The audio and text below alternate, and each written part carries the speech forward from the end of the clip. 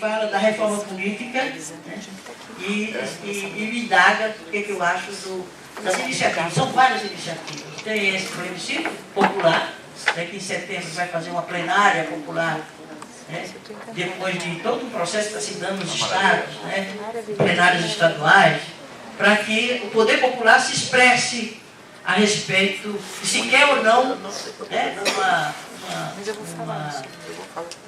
uma constituinte exclusiva para promover a reforma política. Isso tem um risco político.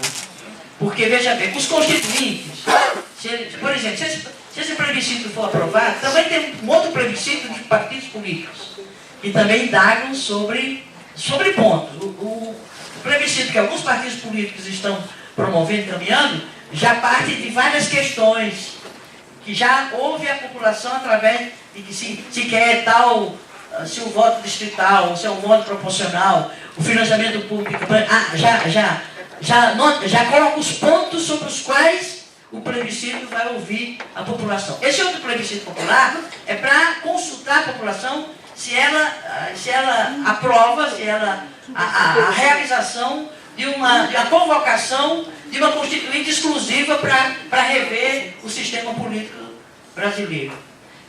Essa proposta ela tem um risco, a meu ver, Pablo. Ela é positiva na medida em que você está politizando a sociedade e está levando a população a se posicionar sobre essa questão. Porque os constituintes serão, se for aprovado, eleitos nas regras atuais. As mesmas regras, não?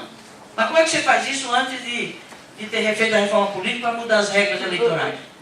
Seria uma constituinte chamada com financiamento exclusivo, público exclusivo, enfim, com voto em lista e tal. Seria uma constituinte convocada com outros...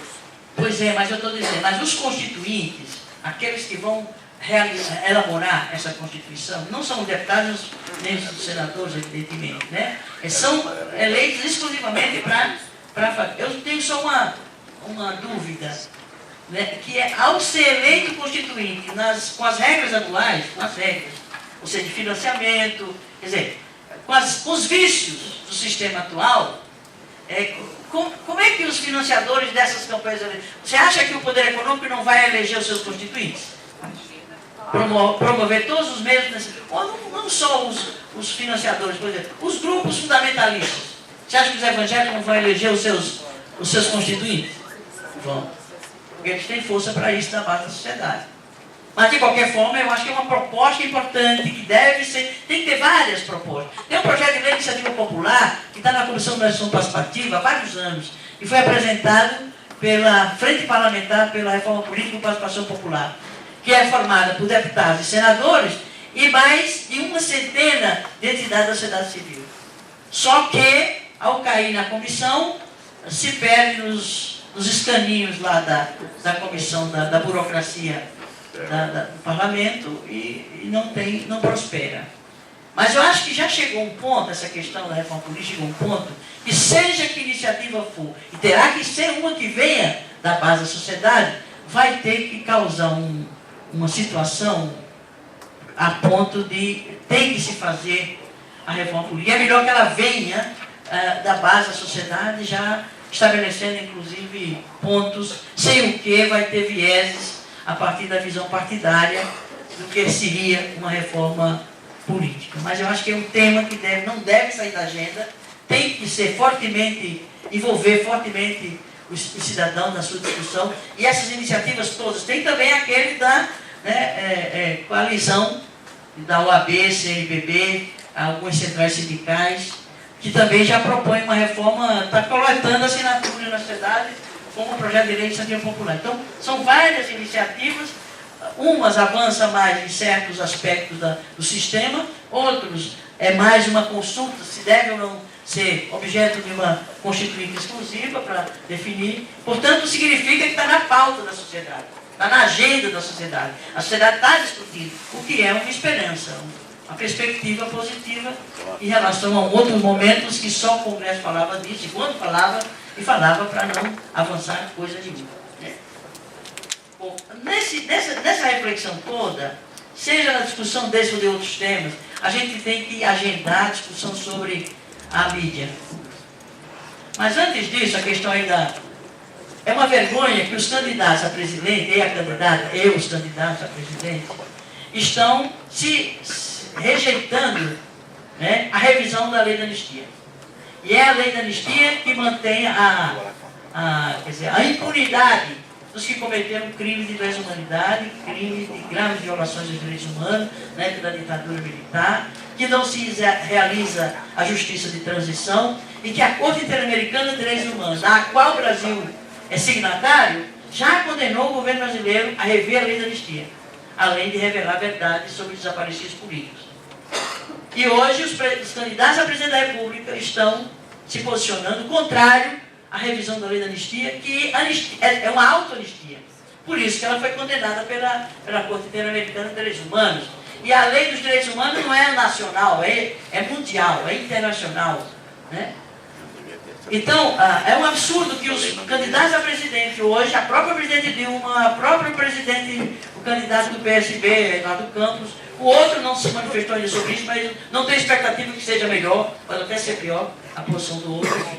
Mas, de qualquer forma, é um absurdo que quando a sociedade está mobilizada para passar a limpo a triste história de violação dos direitos humanos da ditadura militar, os candidatos a presidente, em pleno século XXI, estejam a se posicionar contrariamente à revisão da lei da anistia, dizendo que foi uma anistia geral, ampla, uma anistia ampla, geral e restrita. Não foi. Foi uma votação por 5 votos diferente na época do grupo político de direita, que era a Arena. 5 votos que deu a vitória a essa lei da anistia vigente até hoje, e que auto-anistia, anistia os torturadores e o torturado, né? Os estupradores e o que foi estuprado, o que matou e o que foi assassinado. Você anistia os dois lados. Isso não é anistia, isso é uma falsa anistia. Ou se a gente não revisar, não reinterpretar a lei da anistia, você não fará justiça, você não passará limpo aquela história, você não concluirá o processo de democratização e, lamentavelmente, os nossos candidatos a presidente são contrários publicamente, manifestação pública, contrária à revisão da lei da anistia. E também quanto aí eu estava entrando na questão da mídia. Muito do que se faz e do que se pratica, a forma como se comportam, os valores que vigentes na sociedade, se deve, em grande medida, à mídia. A mídia, né, o poder fantástico da mídia de reproduzir ideologias, de reproduzir valores, concepções, cultura, etc, etc. Que é a concentração, monopólio da mídia na mão de 3, 4 grupos. E os candidatos a presidente, inclusive a presidente Dilma, o candidato do PSB, são contrários à democratização do meio de comunicação. São contrários à revisão da lei que outorga e que concede, né, o poder de operar os meios de comunicação de massa num sistema de propriedade cruzada. O dono da televisão é o dono do rádio, que é o dono da TV, que é o dono do jornal, que é o dono da revista, que é o dono de todos os meios de comunicação. Portanto, é o domínio do poder da mídia, formando comportamentos, reproduzindo valores e concepções e mantendo o poder. É um dos poderes mais poderosos nesse país, é a mídia. A Argentina já resolveu isso com a lei de meios, lá naquele país. A presidente teve coragem de bancar, lá na Argentina, uma lei de meios que democratizou os meios de comunicação, que criou uma comissão da sociedade, com a representação da sociedade civil, um conselho, que define as outorgas e a renovação de concessões. Eu não sei se vocês sabiam, a concessão de TV é por 15 anos e é renovada automaticamente. Mais 15, mais 15, mais 15. Já houve a terceira renovação automática da concessão de mídia concentrada. E outra coisa, a publicidade oficial, 70% é concentrada no grupo da mídia da Globo. Portanto, o monopólio, ou no mínimo o oligopólio da mídia, é um dos fatores determinantes das mazelas que nós vivemos na sociedade, inclusive a violência. Por exemplo, como é que o negro é tratado nos meios de comunicação de massa? Como é que a mulher é tratada, é usada como, né, pelos meios de comunicação de massa? Como é que o idoso, como é que a criança, o jovem, que contraria as determinações legais e cometem, né, desvios legais aí na sociedade. A mídia é para estimulando, viu, aquela jornalista estimulando aquela violência de colocar um rapaz, né, pelado, amarrado num poste, para punir um comportamento delituoso dele. E isso é reproduzido sistematicamente pela mídia. Como é que nós vamos mudar essa sociedade violenta, injusta, preconceituosa, discriminatória com os homossexuais, aqueles que fazem uma nova opção, uma livre opção sexual? Como é que você vai mudar isso se você tem uma mídia 24 horas na cabeça das pessoas? Então, ou a gente enfrenta, e lamentavelmente, tanto a candidata a presidente, candidato como o presidente do meu partido, candidato a presidente, são contra a regulação da mídia, dizendo que isso é violação da liberdade de expressão. Não é. Quem lutou pela liberdade de expressão? Fomos nós, não foi a mídia que lutou, muito pelo contrário. Né? Então, eu entrei nesse ponto, porque muito do que a gente está discutindo... Temos mais 5. Daquilo que a gente está discutindo passa por uma reforma desse sistema de comunicação de massa do país. Ou seja, rever o marco regulatório já tem mais de 50 anos. A lei das telecomunicações no Brasil é de 1962. Passou pela ditadura, a Constituição de 88 regulamentou no seu capítulo 5º, até hoje não foi regulamentado o capítulo 5º, seus artigos, né?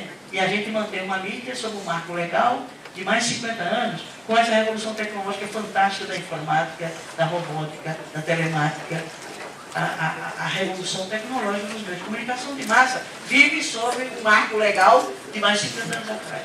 Até por isso já explica a necessidade de revisão desse marco regulatório das mídias no país, além dos graves inconvenientes que se cometem pela concentração da mídia em nosso país, que é um atentado à democracia em nosso país. O direito de antena. Não existe no Brasil direito de antena. Qual é o sindicato que tem espaço na mídia? Qual é o movimento de mulheres que tem espaço na mídia? Qual é o movimento de negros que tem espaço na mídia? Os índios, se quiser reivindicar, tem que apontar as suas flechas, os seus dados para os policiais, como aconteceu lá uma das coisas mais bonitas que eu já vi na vida.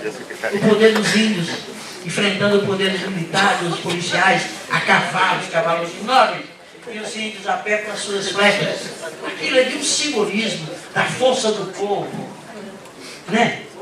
Aquilo me promoveu, destaquei aqui, eu vou guardar aquela foto o resto da vida. Bom, eu vou terminando por aqui, os 5 minutos acabou, eu agradeço de novo o convite. Tinha outras questões, eu peço desculpas por não entrar nelas, eu tinha que seguir outras primeiras, mas eu acho que a gente tem que repetir esses momentos, vocês têm que estimular essas discussões, isso vocês vão ter muito mais força para enfrentar a violência institucional, para ajudar o povo a se defender da violência institucional e para mudar a realidade que precisa mudar nos termos que interessam a maioria da sociedade. Muito obrigada.